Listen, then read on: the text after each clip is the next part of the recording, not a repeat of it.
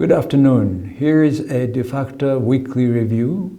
It's the first one in this new year. A Happy New Year to you. Happy 2021.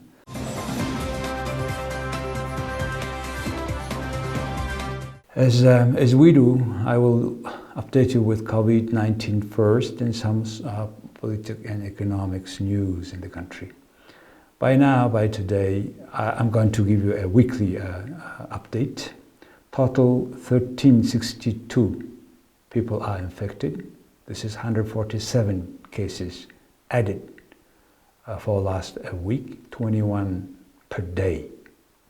Inside 866 infections, which is 130 cases up. Recovered 889 people, total additional 59 for last week. Recovered.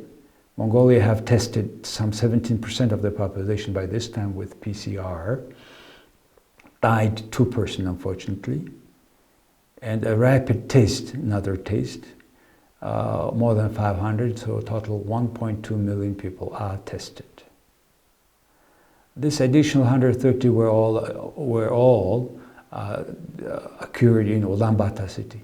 So in Ulaanbaatar city, total 540 persons are infected.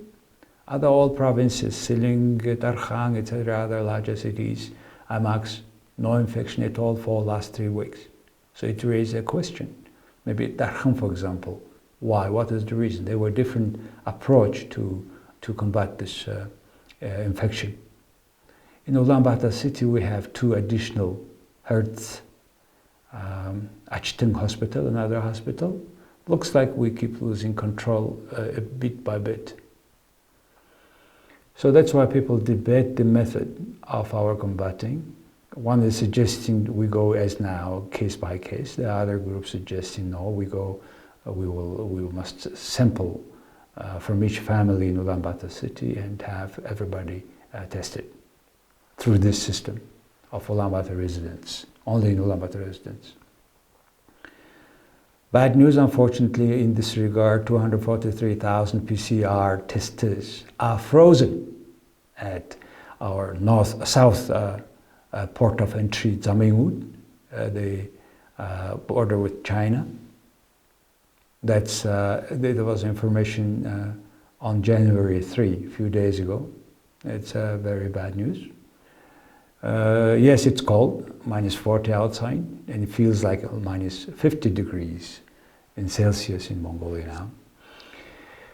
Well, so as I said, COVID-19 is only actively disseminated in Ulaanbaatar city only.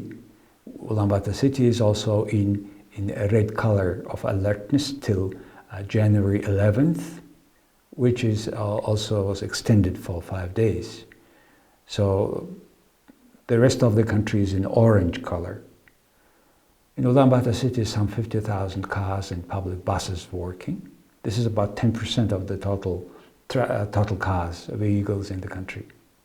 Food shops are open, and Mongolians are learning to work on distance and communicate on distance as well. Some economic updates. GDP contracted by 5.2% in 2020. Estimation for next year is plus 4.3, but we'll see how things will roll up with COVID. It is because state budget has more deficit now amidst growing expenses due to coronavirus. Civil society is demanding more transparency in expenses of this government spending. SMEs keep firing people, unfortunately, and necessarily they had to announce. Poverty is growing, 30% official estimation, and plus some 14% increase in poverty, according to some estimations. If it is correct, then about almost half of the country are coming to under the poverty line. Good news or another news about stock market. Stock market total market value came to the level of 3 trillion MNT first time. It's when the bank asset reached 36 trillion MNT. Half of this bank assets alone. So in that way, 13.2 billion US dollar economy, or in Mongolian tughriks 46 trillion MNT, it means 86%, 84% of this GDP growth. GDP is financed domestically, which is a little bit better news. We need more growth of the stock market, that people have a more choice of keeping their values, not only in the banks, also in the stocks of other companies.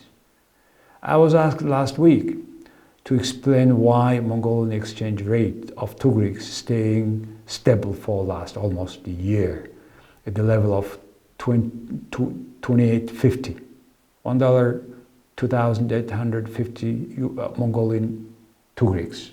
It keeps staying there for quite some time. What is the reason? First, in spite of all this turmoil, changes, foreign direct investment have increased in the country, reached the level of 1.5 billion US dollar.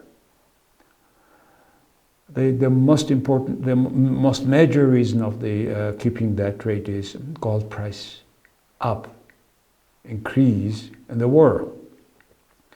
Mongol Bank had purchased 23 tons of gold this year, last year in 2020. It's a record high in history of the Mongol Bank.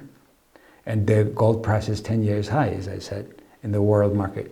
That purchase, Mongol Bank buys gold, raw gold from producers, and they transport it to Europe, and they buy them after refining dollar, and that have increased export of gold 5 times compared with a year before.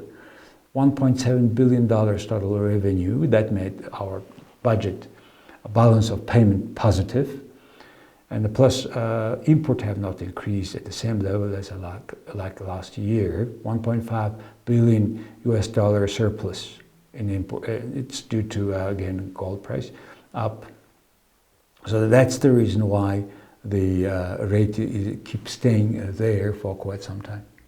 Lastly, the political news, Molly.